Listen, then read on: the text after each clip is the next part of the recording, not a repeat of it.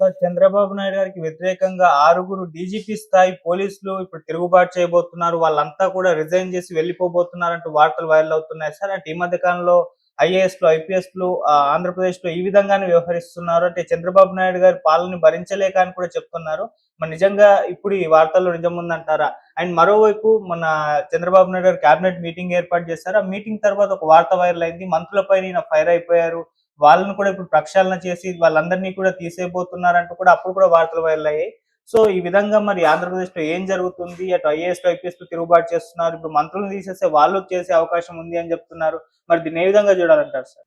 చంద్రబాబు ప్రభుత్వంలో ఏం జరుగుతుంది అనేది ఇప్పుడు చర్చకొచ్చింది. ఎందుకంటే 6 మంది డీజీపీ స్థాయి అధికారులు కేంద్ర సర్వీసులకు గాని, లేకపోతే వాలంటరీ రిటైర్మెంట్ తీసుకోవడానికి రెడీగా ఉన్నారనే వార్త వచ్చింది. జమీన్ రైతులు కూడా దీని మీద రాశారు. దీంట్లో ప్రధానంగా మాదిరెడ్డి ప్రతాప్ రెడ్డి, కుమార్ విశ్వజిత్, అతుల్ సింగ్, రవిశంకర్ అయ్యర్, ఆర్‌కే మీనా ఇలాంటి వాళ్ళు వెళ్ళిపోబోతున్నారు. ఎందుకంటే వాళ్ళకి సమర్థత కావచ్చు, నిజాయితీ, అనుభవం, సీనియారిటీ ఇవేవి వేటికి గూడా విలువ లేదు. ఎక్కడ చూసినా అవమానాలు అనేది వాళ్ళు ఫీల్ అవుతున్నారు. ముఖ్యంగా సీఐడీ అధికారిగా ఉన్న రవిశంకర్ అయ్యన్నార్ అయితే ఆయనకు పేరుకి సీఐడీ అధిపతి గాని ఆయనకేమీ పవర్స్ ఉండట్లేదు. అంతా గూడా పై వాళ్ళే డిసైడ్ చేసేస్తున్నారు. డీజీపీ హరీష్ కుమార్ గుప్తా దగ్గర విజిలెన్స్ తన దగ్గరే పెట్టుకొని అన్నీ ఆయనే చూసుకుంటున్నారు. ఆయన పైన లోకేష్ కంట్రోల్ చేస్తున్నాడు. కాబట్టి వీళ్ళకి ఏమీ లేదు. మనం ఎందుకు పని చేయాలి? వెళ్ళిపోదాం అనేది ఉంది. ఆల్రెడీ వినీత్ బ్రిజ్‌లాల్ కేంద్ర దీనికెళ్ళిపోయాడు. సో, ఒకటి కొం ఐఏఎస్, ఐపీఎస్‌ల అధికారుల మీద గూడా చంద్రబాబు ప్రభుత్వం డే 1కి కక్ష కట్టింది. ఇటు ఐఏఎస్‌లకి సంబంధించి చూస్తే శ్రీలక్ష్మి, ముత్యాలరాజు లాంటి వాళ్ళకి ఎటువంటి ప్రాధాన్యత ఇవ్వలేదు. మురళీధర్ రెడ్డి, మాధవీలత, నీలకంఠ రెడ్డి లాంటి వాళ్ళకి పోస్టింగ్స్ కూడా ఇవ్వలేదు. ఇటు ఐపీఎస్‌లకి సంబంధించి ఎప్పుడూ లేని విధంగా డీజీ స్థాయి అధికారి అయిన పిఎస్ఆర్ ఆంజనేయుల్ని జైల్లో పెట్టారు. పివి సునీల్ కుమార్‌ని జైల్లో పెట్టారు. సంజయ్, క్రాంతి రాణా, టాటా, విశాల్ గున్ని వీళ్ళందరినీ కూడా జైలుకి పంపించిన ఘనత చంద్రబాబు ప్రభుత్వందే. అట్లాగే కక్ష సాధింపు పద్ధతిలో దాదాపు 24 మంది ఐపీఎస్‌లకు పోస్టింగ్‌లు ఇవ్వలేదు. 119 మంది ఏఎస్పీ, డీఎస్పీ వీళ్ళకి కూడా పోస్టింగ్‌లు ఇవ్వలేదు. కొంతమందికి ఇచ్చిన అప్రధానమైన శాఖల్లో ఇస్తున్నారు. ఇటు రఘురామరెడ్డి, రిషాంత్ రెడ్డి, తర్వాత రవిశంకర్ రెడ్డి, జాషువా ఇలాంటి వాళ్ళంత అవమానకరంగా పోస్టులు ఇవ్వకుండా పెట్టారు అన్న విమర్శలు వస్తున్నాయి. మొన్ననే మనం చూసాం సిద్ధార్థ్ కౌశల్‌ని కూడా ప్రెజర్ చేయించి అతన్ని వీఆర్ఎస్ తీసుకునే విధంగా వాలంటరీ రిటైర్మెంట్ తీసుకునే విధంగా అతని మీద ప్రెజర్ తెచ్చారు.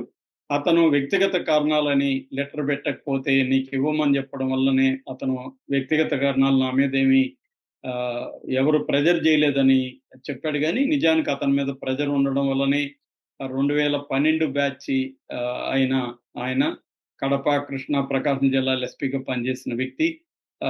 వాలంటరీ రిటైర్మెంట్ తీసుకోవడానికి వేరే కారణాలు లేదు. ప్రెజరే అనేది చెప్తున్నారు.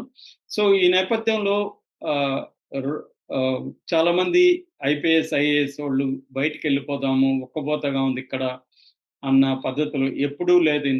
జగన్ గూడా కొంతమందిని ఇబ్బంది పెట్టాడు గానీ, ఈ స్థాయిలో ఇబ్బంది ఎప్పుడు పెట్టలేదు. ఏ ప్రభుత్వం గూడా. చంద్రబాబు గూడా గతంలో క్లాసులేమన్నా బీకేవాడు గానీ, ఇంతగా ఇబ్బంది పెట్టిన సందర్భం లేదు. ఇప్పుడంతా లోకేష్ చేతిలోకెళ్ళి ఇబ్బందులు ఎక్కువైనాయని ఫీల్ అవుతున్నట్టుగా వార్తలొస్తున్నాయి. ఇక రెండవ వ్యవహారం ఏందంటే ఇదంతా గూడా బ్యూరోక్రసీకి సంబంధించిందయితే పార్టీ సంబంధించి ఎమ్మెల్యేలు చంద్రబాబు మాట వినట్లేదు. అనేక మంది ఎమ్మెల్యేలు వాలంటరీగా వాళ్ళ పార్టీకి వాళ్ళు పనిచేస్తున్నారు. మనం కావలి ఎమ్మెల్యే పరిస్థితి కూడా చూసాం. చంద్రబాబు హెచ్చరించినా గూడా అతను వైసీపీ వాళ్ళని పార్టీలో చేర్చుకోవడం మనం చూసాము. అంటే కంప్లీట్‌గా అందరూ గూడా లోకేష్ ఆధ్వర్యంలోనే ఎమ్మెల్యేలు పనిచేస్తున్నారు. లోకేష్‌కి కప్పం కడుతున్నారన్న వార్తలు గూడా వస్తున్నాయి. ఈ నేపథ్యంలో రైజ్ సర్వే ఒకటి జరిగింది. ప్రవీణ్ పుల్లట ఆయన ఆధ్వర్యంలో రైజ్ సర్వే గతంలో తెలుగుదేశంకి అనుకూలంగానే ఈ సంస్థ పనిచేస్తుందని చెప్తున్నారు. ఈ సంస్థ సర్వేలో దాదాపు 64% ఎమ్మెల్యేల మీద తీవ్ర వ్యతిరేకత ప్రజల్లో ఉందని, ఒక 8% ఎమ్మెల్యేల గురించైతే మేము సరిగ్గా చెప్పలేకపోతున్నామని వార్తలొస్తున్నాయి. అంటే దాదాపు 60-70 మంది ఎమ్మెల్యేలు తీవ్ర వ్యతిరేకత ఎదుర్కొంటున్నారని, అట్లాగే కేఆర్‌కే సర్వే గూడా అదే చెప్పింది. 80 మంది ఎమ్మెల్యేల మీద తీవ్ర వ్యతిరేకత ఉందని మన ఛానల్‌లో గూడా అతను చెప్పాడు. సో, ఈ రైతు సర్వే ప్రకారం ఆహ్, ఈ 1 ఇయర్‌లోనే తీవ్ర వ్యతిరేకత వచ్చింది చంద్రబాబు ప్రభుత్వం మీద. 52 మంది ఇప్పుడు ఎన్నికలు జరిగితే జగన్‌నే ఎన్నుకుంటామని చెప్తున్నారు. ఓన్లీ 48 మంది మాత్రమే చంద్రబాబు సీఎంగా ఉండాలని కోరుకుంటున్నారు. ముఖ్యంగా 9 పాయింట్ల మీద ప్రజలు ఆహ్, అసంతృప్తితో ఉన్నారు. ఒకటి, అమరావతికి సెకండ్ ఫేజ్‌లో భూములు సేకరించడం అంటేనే ఇది జగన్ విమర్శలు కరెక్ట్‌గానే ఉన్నాయి. ఎందుకంటే ఇది ల్యాండ్ కుంభకోణం. ఇప్పుడున్న భూముల్ని డెవలప్ చేయకుండా మళ్ళీ 40,000 30,000 ఇలా చెప్తున్నారు. సో, అది ల్యాండ్ రియల్ ఎస్టేట్ కుంభకోణం తప్ప ఏమి కాదని ప్రజలు భావిస్తున్నారు. అట్లాగే కక్ష సాధింపు. జగన్నే కక్ష సాధింపు అని జగన్‌ని దింపితే అంతకంటే ఎక్కువ చంద్రబాబు ప్రభుత్వం కక్ష సాధింపు చేస్తున్నారు. అభివృద్ధి మీద, సంక్షేమం మీద దృష్టి పెట్టట్లేదని జనం ఫీల్ అవుతున్నారనేది రెండో పాయింట్. మూడోది, అక్వా రైతులు అమెరికాలో టాక్సులు, టారిఫ్‌లు ఎక్కువ పెంచడం గావచ్చు, యుద్ధాలు గావచ్చు, దీనివల్ల అక్వా రైతులందరూ కూడా చంద్రబాబుని వ్యతిరేకిస్తున్నారని చెప్తున్నారు. అట్లాగే సాధారణ రైతులకు సంబంధించి మిర్చి, పొగాకు, మన మామిడి పంటకు సంబంధించి చూసాం మనం బంగారుపాలెంలో. జగన్ ఇంత విమర్శించారు గానీ, జగన్ వెళ్లి రావడం వల్లనే అక్కడ 260,00,00,000 గవర్నమెంట్ శాంక్షన్ చేసింది. క్లియర్‌గా జగన్ అక్కడికి వెళ్ళకపోయుంటే అసలు ఒక ఎమ్మెల్యే గాని, ఒక తెలుగుదేశం నాయకుడు గాని వాళ్ళ దగ్గరికి వెళ్లి పలకరించలేదు. చివరికి రూ. 2కి వాళ్ళు అమ్ముకోవాల్సొచ్చింది. 10, 12 రూపాయలు వాళ్ళకి లాస్ వచ్చింది ఒక కేజీ మీద. సో, అలాగా సాధారణ రైతులు గూడా బాధలు పడుతున్నారు. వాళ్ళు గూడా వ్యతిరేకిస్తున్నారు. అట్లాగే ఎమ్మెల్యేల అవినీతి కూడా పెద్ద ఎత్తున ఉందని జెప్తున్నారు. ప్రజల్లో ఎమ్మెల్యేల అవినీతి మీద వ్యతిరేకత ఉందని. అట్లాగే రేషన్ బళ్ళని నిలిపేసి మళ్ళీ పాత పద్ధతిలో క్యూలలో ముసలోళ్ళు నిలబెడుతున్నారు. వెళ్లి నిలబడినాక క్లోజ్ చేసేస్తున్నారు. మళ్ళీ రేపు రండి అంటున్నారు.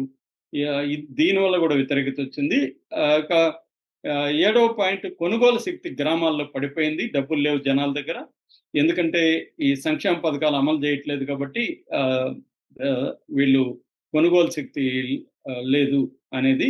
సంక్షేమ పథకాల విషయానికొచ్చేసరికి ఇప్పటికి గూడా మెజారిటీ జగన్‌కే ఓటేస్తున్నారు. జగన్ కాలంలోనే సంక్షేమం బాగుందని నమ్ముతున్నారు. అట్లాగే ఎనిమిదో పాయింట్, ఇసుక, లిక్కరు, తర్వాత అంటే లిక్కర్ పర్సెంటేజులు, సెటిల్మెంట్లు ఇవి ఎక్కువైపోయినాయని జనం ఫీల్ అవుతున్నారు.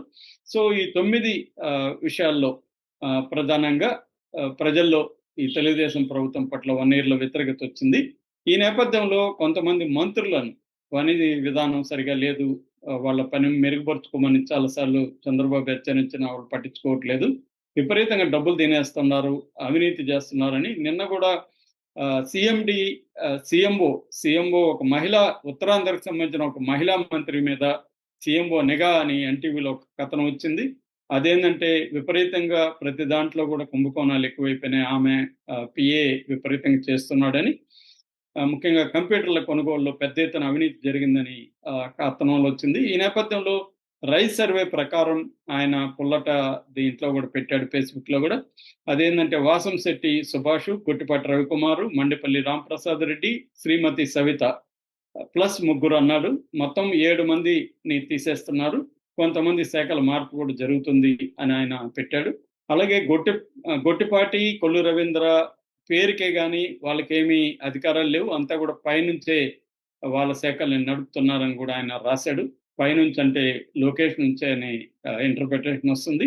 సో, ఓవరాల్‌గా ప్రజల్లో కూడా 78% అమరావతికి తప్ప ఇంక దేనికి ఫండ్స్ ఖర్చు పెట్టట్లేదు చంద్రబాబు అనే అభిప్రాయాలు ఉన్నాయనేది కూడా రైతు సర్వేలో తేలిందంటున్నారు. సో, ఈ నేపథ్యంలో చంద్రబాబు నిన్న కూడా మంత్రులకు వార్నింగ్ ఇచ్చాడు. జగన్‌కి వ్యతిరేకంగా చంద్రబాబు, లోకేష్, పవన్ కళ్యాణ్ మాట్లాడుతున్నారు తప్ప మంత్రులు గాని, ఎమ్మెల్యేలు గాని ఎక్కడిక్కడ మాట్లాడడం, ఎదుర్కోవడం అనేది చేయట్లేదు. కొన్ని చోట్ల కుమ్మక్కైపోయారు. కొన్ని చోట్ల జగన్ బెదిరింపులకు భయపడతా కూడా ఉన్నారు. ఎందుకంటే మళ్ళీ మన ప్రభుత్వం వస్తుందో రాదో, జగన్ వస్తే మళ్ళీ మనల్ని ఇలాగే కక్ష సాధింపు కేసులు పెడతాడనే భయంతో కూడా జగన్ మీద మాట్లాడట్లేదని చెప్తున్నారు. సో, ఓవరాల్‌గా ఇటు బ్యూరోక్రసీలో, ఇటు పార్టీలో, మరోవైపు జనసేనలో కూడా చాలా అసంతృప్తి జరిగింది. మొన్న కూడా మనం చూసాం, కొవ్వూరు జనసేన ఇన్ఛార్జిని తొలగించారు. అక్కడ ఆయన కూడా ఇప్పుడు తెలుగుదేశం వాళ్ళు బాగా బాధలు పెడుతున్నారు, ఇది ఇబ్బంది అవుతుంది అనేది ఆయన చెప్పాడు. సో, ఓవరాల్‌గా ఇటు కూటమిలో సఖ్యత లేకపోవడం, ఇటు తెలుగుదేశంలోనే నాయకుల్లో కూడా వ్యతిరేకత చంద్రబాబు ప్రభుత్వం మీద రావడం, మరోవైపు బ్యూరోక్రసీలో చాలా తీవ్ర నిరసనలు రావడం, దీనివల్ల ఓవరాల్‌గా ప్రజల్లో ఈ 1 ఇయర్‌లో వ్యతిరేకత వచ్చిందనేది ఇప్పటి వరకు చెప్తున్నారు. దీన్ని ఇంకా టైం అయితే ఉంది. 4 ఏళ్ళు ఉంది కరెక్ట్ చేసుకోవడానికి. చంద్రబాబు కూడా దీని మీద ఇలాంటివి అనేక క్రైసిస్‌లు ఆయన చూసి వచ్చిన వ్యక్తి కాబట్టి, ఆయన దీని మీద సమగ్రంగా సమీక్ష జరుపుకొని తప్పుల్ని సరిదిద్దుకునే పరిస్థితి అయితే ఉంది. ఇప్పుడు 1 ఇయర్ జరిగినంత మాత్రాన గాబరా పడాల్సిన అవసరం లేదు. ఇవన్నీ కూడా సరిదిద్దుకునే క్రమంలో చంద్రబాబు అడుగులేస్తున్నట్టుగా తెలుస్తుంది. Okay. Thank you so much.